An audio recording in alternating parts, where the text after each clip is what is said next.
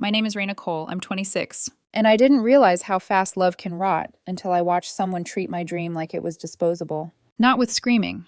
Not with some dramatic breakup scene. With a shrug.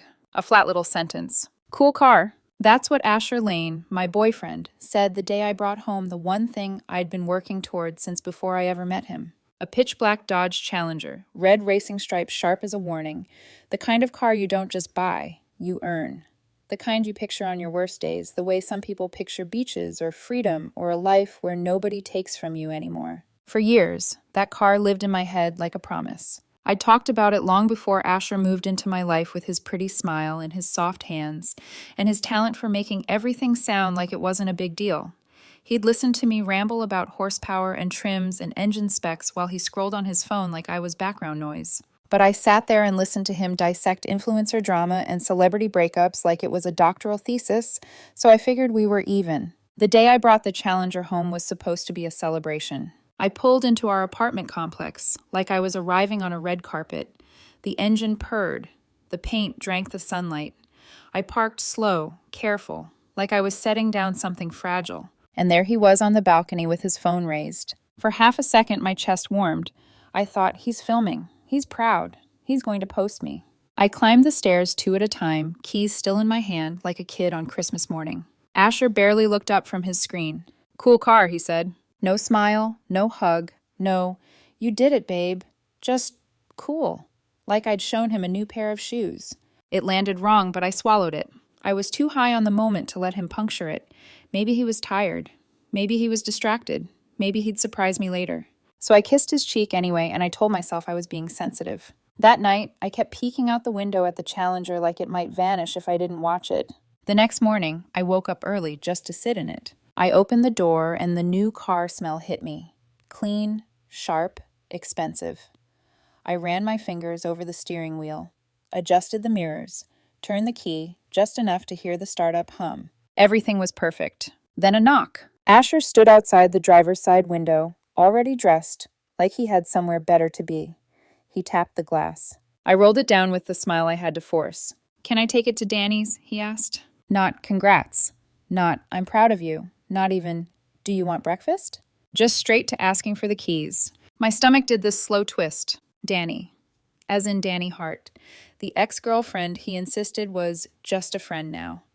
The name that always hovered in our relationship like smoke you couldn't quite see, but could definitely smell. I stared at him for a second, waiting for him to laugh, waiting for the punchline. He didn't. I don't think so, I said lightly, like I could soften the refusal into something harmless. Not yet.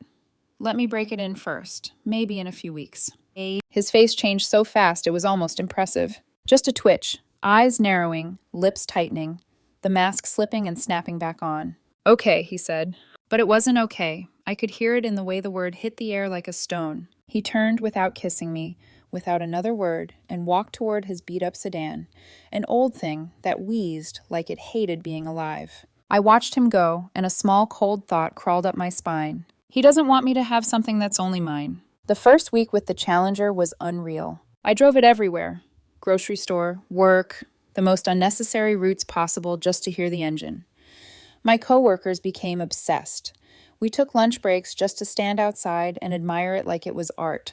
James, a guy from my job who'd always been quietly supportive, brought me a ridiculous little air freshener shaped like a steering wheel. Silly but thoughtful. Asher got weirder. Not loud weird, not obvious, the dangerous kind. Small comments you could technically laugh off if you wanted to lie to yourself.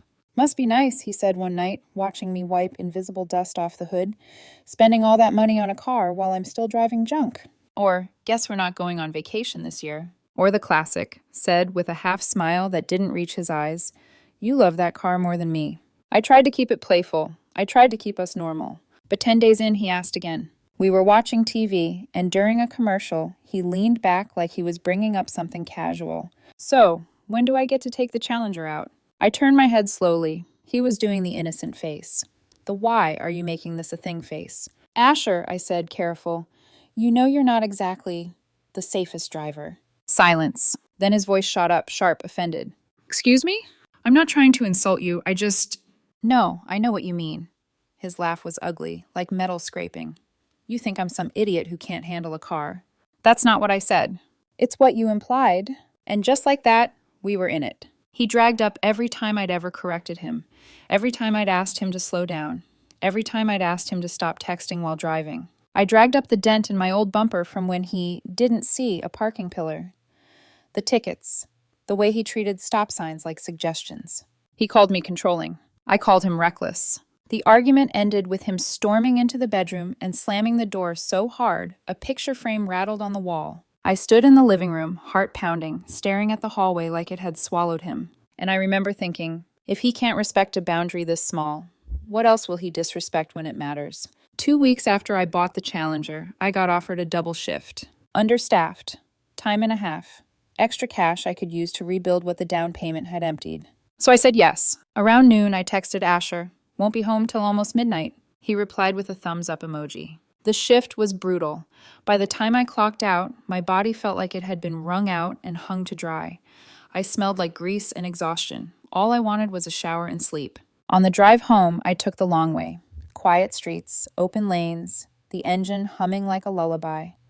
The Challenger always made me feel calmer, like I was inside something strong enough to protect me.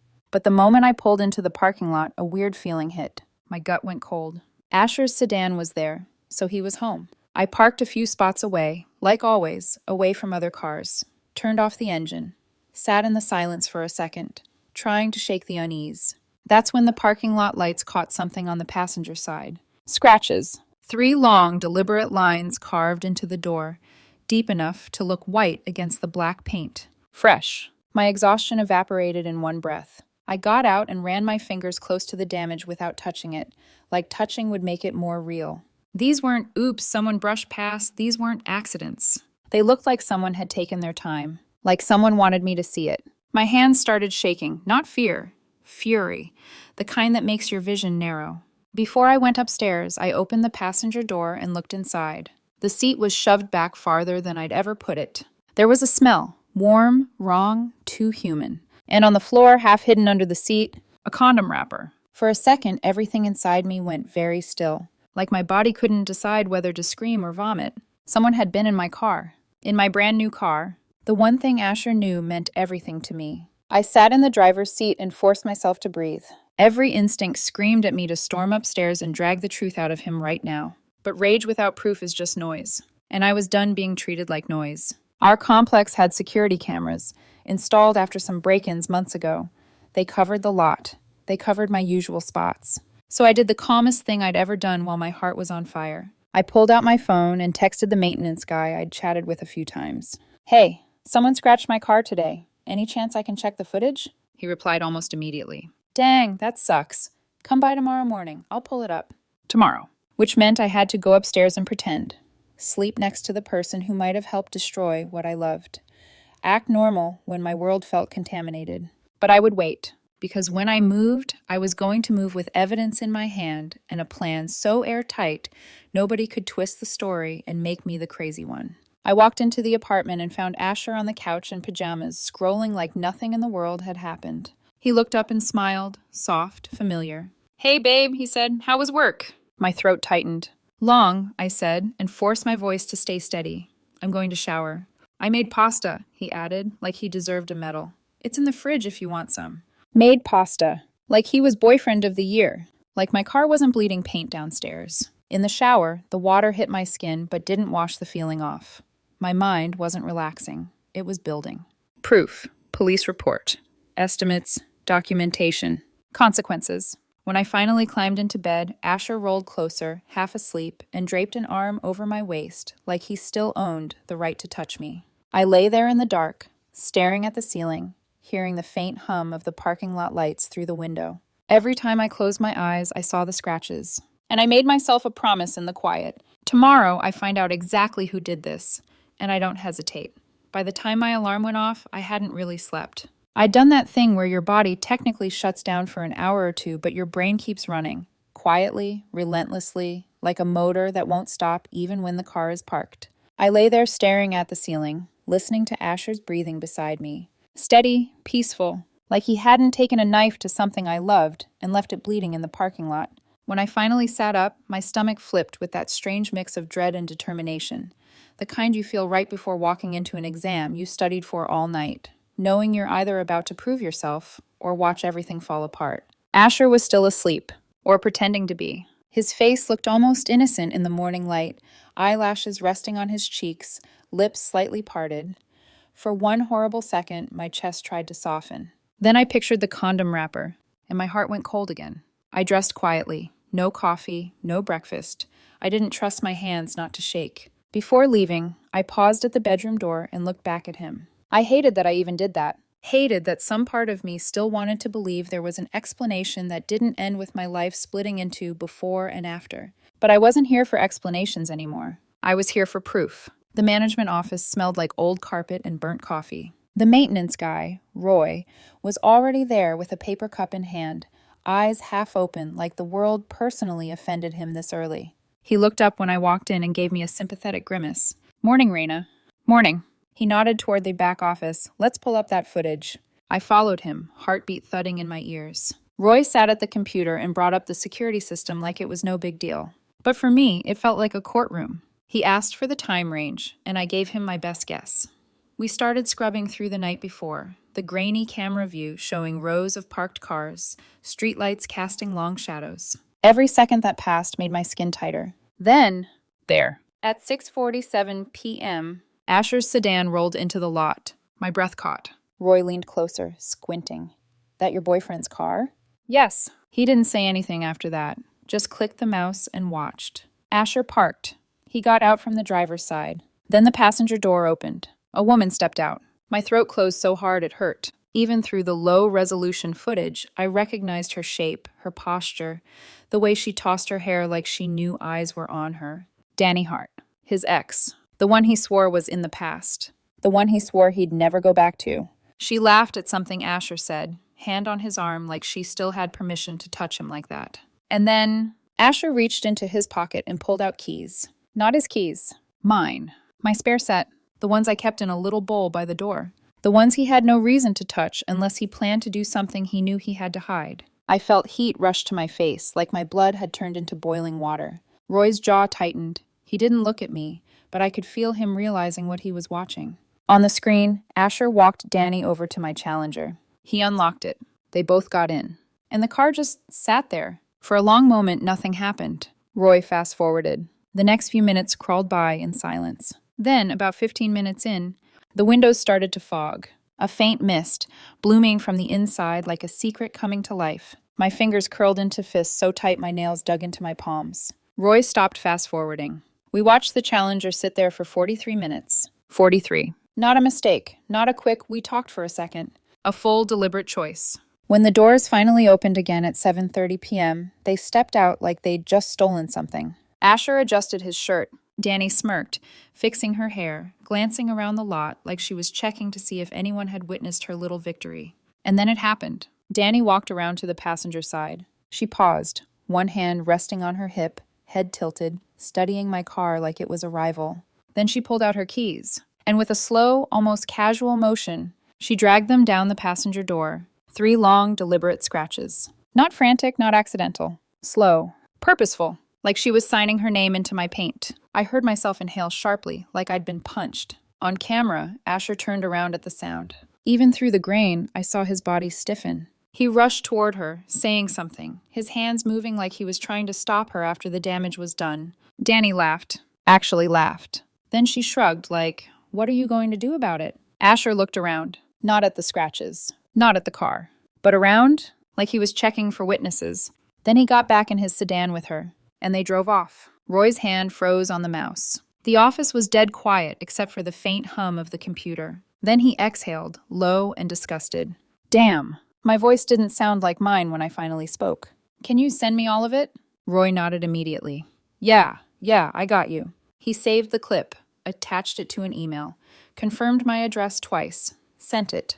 Then he sat back and looked at me like he wanted to say something human, something comforting, but didn't know how. "You okay?" he asked finally. I surprised myself by answering honestly. "No." Roy nodded once, like he understood the kind of no I meant.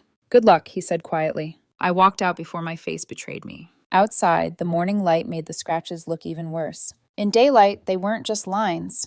They were wounds. I pulled out my phone and took photos, too many. Every angle, close-ups, wide shots, proof stacked on proof. Then I stood there for a second, staring at my challenger like it was a friend that had been violated. I didn't cry. Not yet. Tears felt like weakness, and I didn't have room for weakness. I had a job to do. When I walked back upstairs, my body felt almost calm. Not because I was okay, because my mind had switched into that state I'd always had when something went wrong at work, when crisis hit and you don't get the luxury of falling apart until later. The apartment door clicked shut behind me. Asher was awake now, humming in the kitchen like the world was gentle. Coffee was brewing. The smell filled the space like a lie. He turned when he saw me and smiled. "Morning, babe," he said warmly. "You were up early." I leaned against the counter and crossed my arms. "Yeah," I said, voice steady. "Someone scratched my car last night." Asher barely looked up from the coffee mug. "Oh no," he said lazily. "That sucks." I blinked. The audacity was almost impressive. "Passenger side," I continued. 3 deep scratches. Looks intentional. He finally glanced at me, just for a second. Too quick, too controlled. "People are messed up," he said, taking a sip. "That's why I hate parking lots." I watched him talk like he wasn't in the video, like he hadn't handed my keys to his ex, like he hadn't sat in my dream car and turned it into a filthy secret. "Yeah," I said softly, "people are." His eyes flickered. "Did you tell the office?" he asked, casual, but I heard the edge underneath. "I did," I said. "They pulled the security footage." A tiny pause. A fraction of a second. But it was there. Asher's hand tightened around his mug. "Oh," he said. "Did they see anything?" I smiled. Not sweet, not friendly. The kind of smile you give right before you cut someone open with the truth. "Yeah," I said. "They did." Asher's face went a shade lighter. "What do you mean?" I pulled out my phone and opened the email. The video thumbnail sat there like a loaded weapon. "I mean," I said, "the cameras tell a different story than the one you're about to try to sell me." Asher swallowed. "Raina, want to watch?" I asked, and my voice was calm enough to scare even me. I turned the phone toward him and hit play. The footage began. Asher's car pulling in. Him stepping out. Danny getting out beside him. The moment Asher recognized himself on screen, the color drained from his face so fast, it was almost theatrical. His mouth opened, then closed. His eyes darted like he was searching the room for an exit. And I watched him watch himself unlock my challenger. Watched his shoulders slump the moment the windows fogged. Watched his jaw tighten when Danny scratched the door. When the video ended, the kitchen felt too quiet. Like even the coffee maker had stopped out of respect for what just died in that room. Asher set his mug down with shaking hands. "Raina," he whispered, "I can explain." I tilted my head. "Oh, I'm sure you can," I said. "But first, answer me one thing." He looked up at me, eyes glossy, panic rising. "How long were you planning to keep lying?" He flinched like I'd hit him. "It wasn't—" "Don't," I snapped, and my voice cracked like a whip. "Don't insult me with, 'it wasn't what it looks like.' We both saw what it looks like." He tried to step closer. I stepped back. Asher's hands lifted like he was trying to calm a wild animal. "Danny texted me," he rushed out. "She said she needed to talk. She said it was important. I didn't think—" "You didn't think?" I repeated, voice low. "You didn't think when you took my spare keys?" "You didn't think when you brought her into my car?" His lips trembled. "We were just talking," he insisted. "It got out of hand." "In my car," I said, each word sharp. "You could have gone anywhere. Your car, a coffee shop, a park bench, a hotel. But you chose my challenger." His eyes filled. Tears slid down his cheeks. "I didn't mean to hurt you." "That's the problem," I said quietly. "You didn't mean anything at all. You just took." He shook his head, sobbing now. "She was drunk," he said desperately. "I didn't know she was going to scratch it. I tried to stop her." I laughed. It wasn't humor. It was disbelief. "But you didn't call me," I said. "You didn't tell me. You came home and slept beside me like nothing happened." He reached out for my wrist. I pulled away like his touch burned. "Please," he begged. "We can fix this. I'll pay for it. I'll do anything." I stared at him. Really stared. And something inside me went quiet. Not numb. Clear. "Pack your stuff," I said. Asher blinked, confused. "What?" "You heard me," I said. "Pack your stuff. You're leaving." His face twisted into anger so fast it stunned me. "You can't just kick me out," he spat, desperation sharpening into entitlement. I leaned forward slightly, voice ice. "I can," I said, "because my name is on the lease. Yours isn't." Asher froze, and in his eyes I saw the moment he realized something bigger than love had shifted. Power. He opened his mouth, probably to argue. But I cut him off before he could. "You have until tonight," I said. "If your things are still here after that, they'll be on the curb." Asher stared at me like I wasn't the woman he'd been living with. Like I'd become someone else overnight. Maybe I had. He backed away slowly, wiping his face. "This isn't over," he whispered. I smiled again, small, cold, dangerous. "Oh, Asher," I said softly, "for you." I stepped closer, close enough that he could see I wasn't bluffing. "It's just getting started." Asher left the apartment with 2 duffel bags and a face full of rage he didn't know what to do with. He didn't slam the door. He didn't shout. He just stood there in the hallway for a second, staring at me like he was trying to memorize the version of me that had finally stopped bending. Then he turned and walked away. The apartment felt different the moment he was gone. Quieter, cleaner, like something toxic had finally been aired out. I didn't sit down, I didn't cry, I didn't pace. I opened my laptop, because grief can wait, but documentation can't. The police station was only 10 minutes away. I walked in with my phone full of photos, the security footage saved in 3 different places, and a calm I didn't recognize in myself. The officer at the front desk looked bored until I explained. "Someone intentionally vandalized my vehicle," I said evenly. "I have video evidence of the entire incident." That got his attention. He called over another officer, older, sharper eyes, and led me into a small room. I told the story once. Clean, chronological, no dramatics. Boyfriend, ex-girlfriend, unauthorized use, intimacy inside the vehicle, intentional damage, lies afterward. I showed him the footage. The officer leaned back in his chair halfway through, lips pressing together. When the video ended, he nodded. "That's intentional vandalism," he said. "Very clear. You want to press charges?" "Yes," I said without hesitation. "Against both of them." He raised an eyebrow. "Both?" "He gave her access," and I said. "My keys, my car. He facilitated the entire situation." The officer nodded slowly.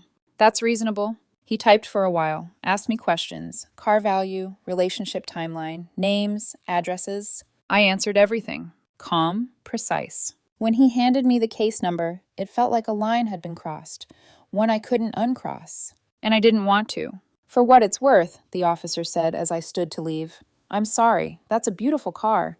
"Thank you," I said. It was. Next stop, the body shop.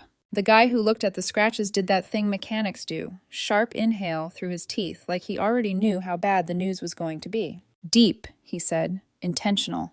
He ran a finger just above the damage without touching it. "Whole panel needs repainting to match. You don't spot fix something like this." "How much?" I asked. "About $1,200. I nodded, like that number hadn't just solidified the situation into something very real. I took pictures of the estimate, asked for it in writing, thanked him. And then I went home and turned my kitchen table into a war room. I drafted the letter slowly. Not angry, not emotional. Professional. "You are jointly responsible for $200 in vehicle repair costs and $3,600 in emotional distress damages, plus filing and administrative fees. You have 10 days to pay in full, or I will pursue further legal action, including small claims court. Security footage and police report have already been filed.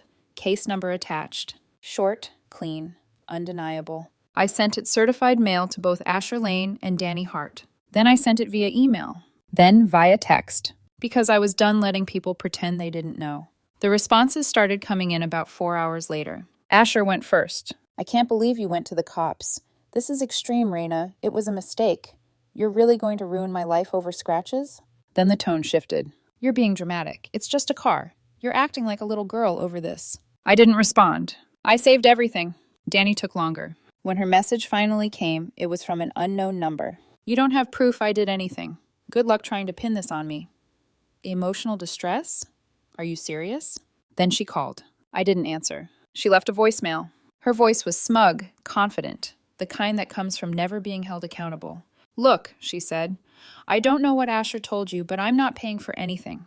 Maybe your car got scratched by someone else. Either way, not my problem." I saved it, added it to my evidence folder, labeled it denial none. 10 days passed. No payment, no apology, no accountability. Perfect. I filed the small claims lawsuit, both names, jointly and severally liable. They were served 3 days later. I know because Asher called from a blocked number, absolutely losing his mind. "You actually sued us?" he shouted the second I answered. "Yes." "You're insane." "No," I said calmly. "I'm thorough." He started pacing on the other end. I could hear it.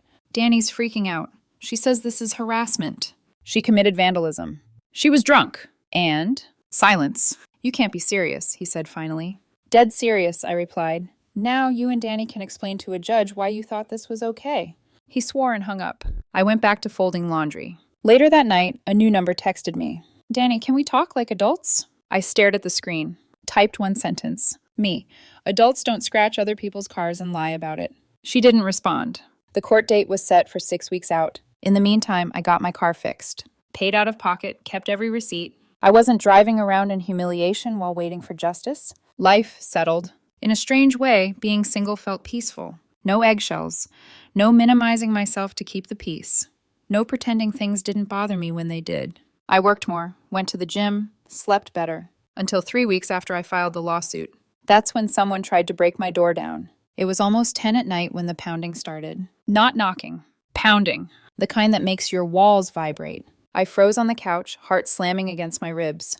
Then I checked the peephole. Asher. Absolutely wasted. Swaying like gravity was optional. His hair was a mess, his eyes glassy, his phone clenched in one hand, an empty bottle dangling from the other. Open the door, he slurred. I know you're in there. I considered ignoring him. But the walls here were thin, and I already heard a door crack open down the hall. So I opened it, but kept the chain on. Asher, I said sharply, you need to leave. Leave? He barked, laughing bitterly. Danny kicked me out, threw my stuff on the lawn. I blinked. Oh, this is your fault, he shouted. Your stupid lawsuit scared her. My lawsuit didn't make you cheat, I said, or lie.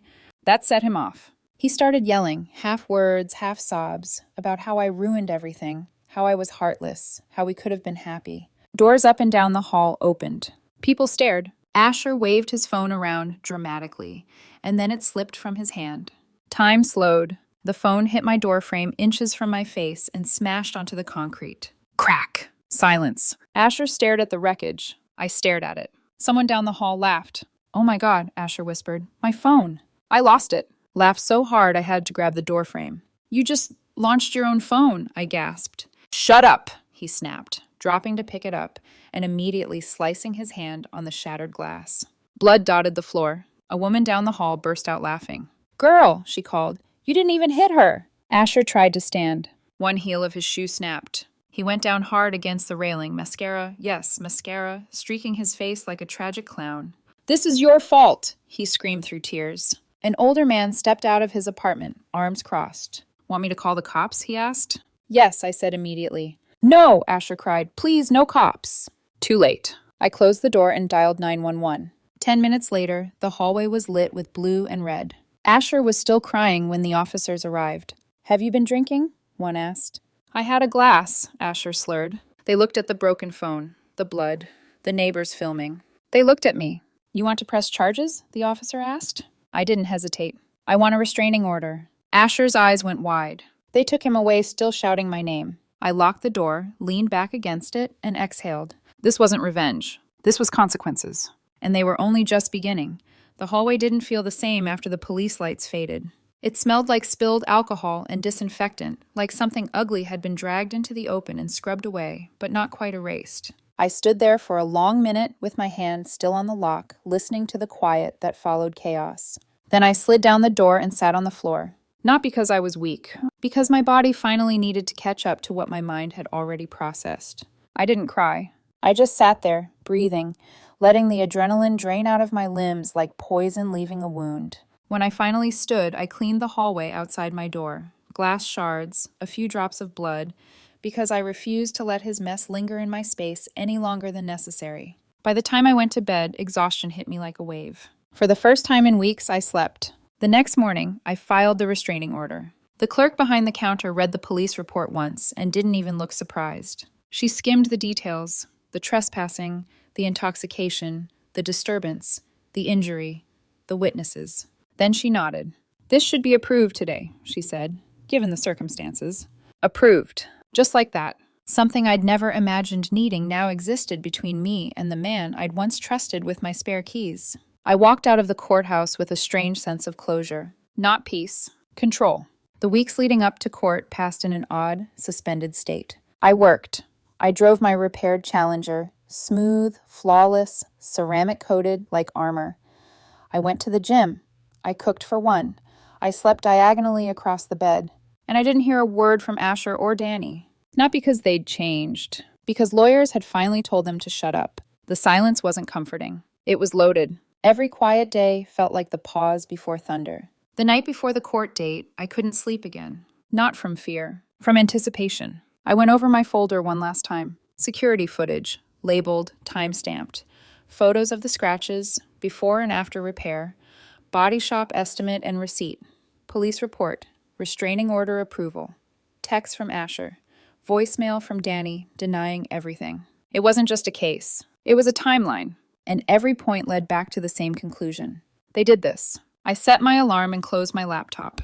Tomorrow I'd stop explaining myself. Tomorrow I'd let the facts speak. Court day arrived gray and cold. James met me in the parking lot like he said he would, coffee in hand and a grin on his face. "You ready?" he asked. "Been ready," I said. We walked in together. Asher and Danny weren't there yet. Of course they weren't. They showed up 15 minutes late. Asher looked smaller somehow. Wrinkled shirt, dark circles under his eyes, a nervous energy he couldn't hide. Danny looked annoyed more than worried, arms crossed, jaw tight, like this was an inconvenience she planned to talk her way out of. When our case was called, we stepped forward. The judge, an older woman with sharp eyes and zero patience, looked at the file in front of her and sighed. "All right," she said, "vehicle damage case." She looked at me.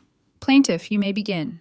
I told the story again. Calm. Clear. No embellishment. I explained the relationship, the car, the spare keys, the security footage, the vandalism, the lies afterward. I handed over the evidence one piece at a time. The courtroom stayed silent as the footage played. You could hear the clock ticking. When the video ended, the judge looked directly at Danny. "Did you scratch the vehicle?" Danny shifted.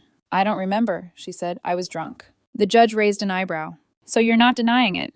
Danny hesitated. "I mean, if the video shows it." I played the voicemail. Danny's voice filled the room. Confident, dismissive, denying everything. The judge's expression hardened. "So first you deny involvement," she said slowly. "Now you say you don't remember." Danny swallowed. Asher tried to jump in. "Your Honor, this is just my ex being bitter." The judge cut him off with a look. "Mr. Lane," she said sharply, "you provided access to the vehicle without permission. You were present during the damage, and you left the scene." Asher opened his mouth, closed it. The judge turned back to me. "You're seeking?" I stated the amount. Repairs, emotional distress, filing fees, time off work. She nodded. Then she looked at them. "Do either of you have evidence to present?" Silence. The judge leaned back, steepling her fingers. "This isn't complicated," she said.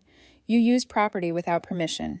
You engaged in intimate activity inside it, and you intentionally damaged it." She didn't raise her voice. She didn't need to. "Judgment for the plaintiff," she said. "Defendants are jointly and severally liable for $5,200. You have 30 days to pay in full or wages will be garnished." Asher's face drained. Danny's jaw dropped. "But we don't have that kind of money," Danny protested. "Then I suggest you figure it out," the judge said coolly. "Next case." The gavel hit, and just like that, it was over. James and I walked out of the courthouse like we'd won something bigger than money. "Did you see their faces?" he said, laughing. "I thought Asher was going to pass out." I unlocked the Challenger and smiled at the reflection in the paint. "Just a car," I said. James laughed harder. We went to a small bar down the street, not to drink, just to sit, decompress, let the moment settle. "To documentation," James said, raising his glass. "And boundaries," I added. We clinked. For the first time in months, my shoulders dropped. The money hit my account 21 days later. No apology attached, no message, just the full amount, every dollar, the judge ordered. I stared at the deposit for a long time. Not with triumph, with confirmation. Because the moment they paid, it stopped being a story they could twist. It became a fact they couldn't escape. I reimbursed myself for the repairs first. Then I took my Challenger back to the shop for a full detail and ceramic coating, extra protection, like sealing a wound after it's healed. The rest went straight into savings. I labeled it something simple. Never Again Fund. The aftermath reached me in pieces. James heard through someone who knew someone that Danny lost a promotion opportunity. Background check flagged the arrest and lawsuit. Nothing dramatic, just the quiet kind of consequence that follows you around when you think nobody's watching. Asher, apparently, moved back in with family out of state. Couldn't afford rent. Couldn't keep pretending everything was fine. I didn't feel sorry. I felt done. Weeks passed. Life normalized. The drama faded into something that felt almost unreal, like a season of a show I'd binged and forgotten. Then one night, there was a knock. Soft, careful. I checked the peephole. Asher, sober this time. I hesitated, then opened the door, but didn't step aside. "What do you want?" I asked. He looked exhausted, smaller than I remembered, like life had finally caught up.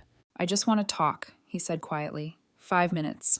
"The restraining order says no." He nodded. "I know, I just needed to say this." I crossed my arms. He swallowed. "I'm sorry," he said. "For real this time. I messed up. I made choices I can't take back. I miss you. I miss us." I felt nothing. No anger, no sadness, just clarity.